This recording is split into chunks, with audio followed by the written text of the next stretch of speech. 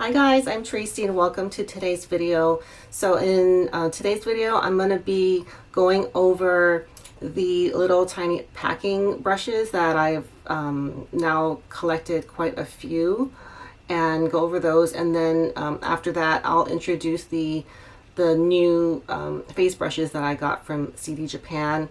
Before that, I really need to remember to remind you guys to subscribe and like if you are enjoying this content. And with that, let's get started. I'm going to talk about the three little Hakuhodo packing brushes I have. They're all made of horsehair. These two are the smaller of the three. This one right here is the G5513 and the S150. The only difference is, of course, the handle, but the S150 is slightly slanted. Now, I've only had this S1 for no, not even a month, but I don't really feel like the slant does a whole lot. Just for me, I can line with this a little bit easier, but I can line and pack with this as well. So I tend to reach for this one just because, you know, it's one of my first brushes, and this one's got this fancy handle. But they're both great. And if you want to splurge, go ahead and get a fancy one, but the G5513 it works perfectly fine. And for someone that has my type of eyes with just a little bit of like lid space right here, these are really good. So is the J246HS. This is also made of horsehair. I think this is one of my first Hakuhodo brushes, and it's one of my most used eye brushes of all.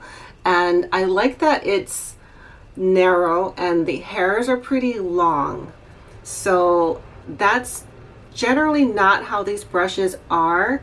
For the most part, I see brushes that are a little wider. They tend to be more of a squared off shape, but this one is good because it kind of helps get into these little areas, especially like if you already did your mascara and you're trying to, you know, get a little bit more shadow. Actually, let me show you guys what I'm talking about.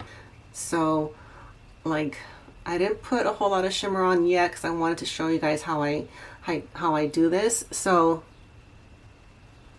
you know, I don't want to get it on my lashes, so I'll do something like that.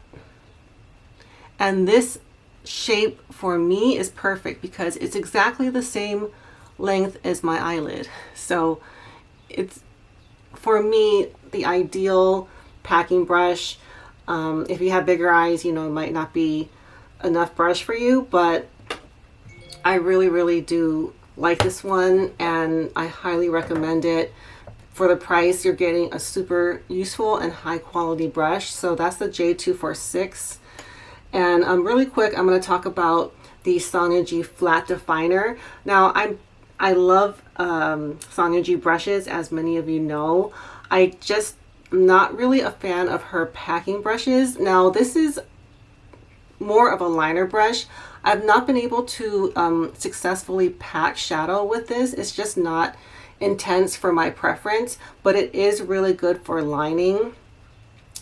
One good thing is these hairs are very soft. It's dyed goat hair, but you can't really tell the difference between this hair and squirrel hair. It is very gentle. It's very good at getting a very dark, precise line, and that's really all I use this one for. Now I'm going to talk about these 5 brushes. 2 of them are new, and these are mostly Kolinsky hair. And let me talk about the Bisyodo ones first. So this is the BES6. I'm going to put the actual names down below because I'm probably gonna get some of these wrong, but this is my first Kolinsky brush, and this one is different in that it doesn't, to me, this doesn't pack on a super heavy application of shimmer. It's a little bit, this is more diffuse, because if you look at it, it's actually not a tiny brush. This is the only one that's kind of like mid-size, but I wanted to show it to you guys to compare it to the other liner brush that I have that I'm really enjoying. And I just love the aesthetic of this. You guys know that this is one of my favorite brush lines, the Bisyodo long series. And but I wouldn't say performance wise this is gonna surpass other packing brushes. I think if you are looking for a size packing brush like this, you can get one that's just as good, if not better, from Hakuhodo. But it's just a very beautiful brush, and you know, Kolinsky hairs are becoming very hard to come by now, but it's a little big for me to get, you know, on the eyelid. But because this one is a little bit fluffier than, let's say, the next one I'm going to talk about, it does do more than just pack shadows. It will do a diffuse look, and it will smudge out harsh lines. Okay, so this one I'm going to talk about is the newest edition, and it's pretty sure it's Kolinsky. It might be, I'll put it down below. It's just a tiny version of the other one, and I'm really liking this to line. I feel like I have not been able, maybe with the exception of the Sonia G flat definer, have not been able to find a brush that is this precise, puts on a very intense application, and is so comfortable. These hairs, compared to the other ones I'm going to talk about, are very soft, and I'm really impressed with this one. I would say of the Kolinsky or weasel brushes, this is probably one of my favorites, maybe top 1 or 2. I haven't had it a very long, but I've been using it pretty much every day to line, and I'm really impressed. This is a BSL1, I think. So highly recommend this one. Now I'm going to talk about the 2 Hokuto. One is the, I'll just put them down below, but it's the larger of the Kolinsky liner packing brushes that Hokuto makes, and I really like this one to use in the same way that the Hakuhodo J246 is, because they're kind of a similar size. The Hokuto's a little bigger, and this is very good for really holding on to the shadow. I feel like pretty much never get fallout with this brush, and I feel like that's what makes Kolinsky hair and weasel hair so special. It really clings to formulas that are sometimes hard to pick up, like the Natasha Denona glitter formulas and the cream to powder formulas. I mean, I don't know why. The hairs must be very kind of porous, so it really holds on to the shadow, and it really intensely applies your shadow with this brush. So I really do like this one. These 2 were my first Kolinsky packing brushes, and of the 2, I use this one a lot more. And this is the newest edition. So these 2 I just got in my last CD Japan haul. I'm going to talk about this one in a second.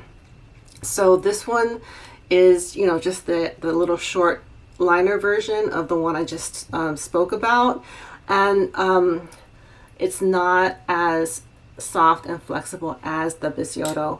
So they look fairly identical. The Hokuto is a little bit more square, and the Bisyodo is a little bit more rounded. But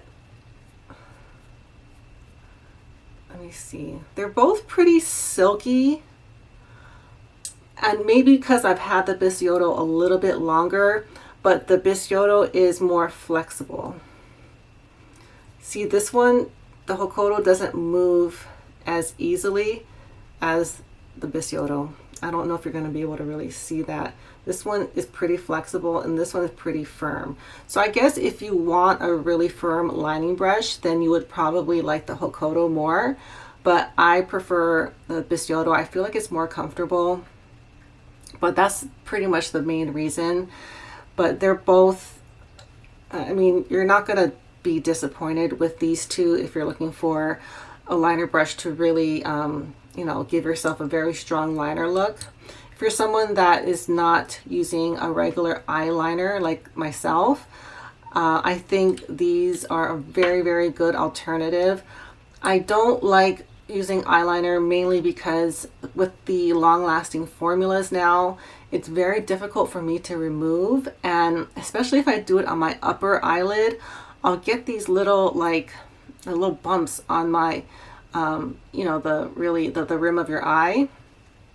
And I don't want that, especially if I use liner in the waterline. So I very rarely do that, but on occasion I will. And this brush is very special. I just got it in my last haul, and I'll put the name below, but it's a tiny little Eihodo, I guess, packing brush, liner brush. It can do both, and I'm really enjoying this. The couple times that I've used it, I think I've only had this for a few days, but I'll show you how. It's really good for inner corner and the inner part of your eyelid. So I'm going to use that same shadow I use with the Hakuhodo brush. So see how it picks up a lot? And this one is weasel hair, but this is my understanding. All Kolinsky hair is a weasel, but not all weasel is a Kolinsky. So I can't really tell the difference, to be honest, although I don't have a ton of like weasel brushes, but I'm gonna maybe get some more and like compare. I have a pretty significant Kolinsky brush coming from Hakuhodo from Fude Japan, so I don't know when it's gonna come. It might be a while, but I'm gonna start like looking a little bit closer and giving you guys my opinion on like what's the difference. Is it worth spending the extra money for a Kolinsky brush? Right now, from what I can tell, I don't think so. I think if you find a shape with weasel hair, it's gonna be just as good as if it's made with Kolinsky. So anyways, let me get to this demo and I'll pull you guys in a little. So I just picked up a little bit of this pressed glitter formula, the Natasha Denona retro palette, and this is where I like to really pack shimmer on. I really liked how I had the control to, I'll kind of, in case I don't have that, I'm not sure if I have that queued up, but anyways, if I do have the B-roll, I'll show it right now, but I've been using it to kind of get this outer part and then creating a little wing. I'm not really good at winged liner, so that's kind of as much as I'm able to do, but this brush I think just makes it so much easier because of the size, and it's just it really, you know, holds on to the shadow, so it's really good at, you know, just drawing very thin, precise lines. See how thin that line is? If you just want a barely there wing liner, which is normally how I like it, then this brush will be amazing for you. That's what I've been liking this one for. And of the two little brushes that I got in my last haul, I like this one, and so much so that I'm looking at the WP, the Eihodo WP series. They make one that looks just like this, so I'm thinking of getting that one and I'll compare them. But these brushes are just these really changed the way I've been doing my makeup. It's allowed me to do looks that I wasn't able to before, and with a lot more ease. I know with a lot of these formulas you can use your finger. I personally don't like getting my fingers dirty with shadow when I'm doing my makeup. I will on occasion. I used to all the time until I discovered these brushes. And I just feel like, you know, you can wet them and really get an intense look, but they're just, I just love that step of my makeup. I love putting a little shimmer on, and and the liner, I like doing the liner with these brushes, and I just wanted to really share my experiences and express how much I love these brushes. If you have not tried one and you're you know, working on upping your eyeshadow game, I think these would be a great way to expand the looks that you're able to get, as well as utilize some of the formulas in the Natasha Denona palettes. So the ones, and I've been really liking this retro palette. The ones that I feel these brushes work really well with are like these pressed glitters right here, and these like cream to powder formulas.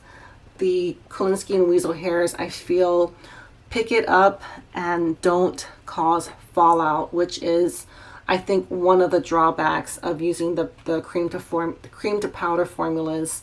I was getting a lot of fallout, and when those formulas fall on your face, they're very difficult to take off because they kind of melt onto your skin, and you know, you really don't want to have to, I don't want to have to clean that up.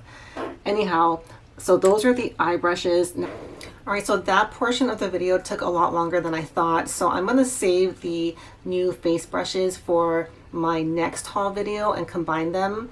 And so that is going to do it for today. Thank you guys so much for watching, and I'll see you all next time. Bye.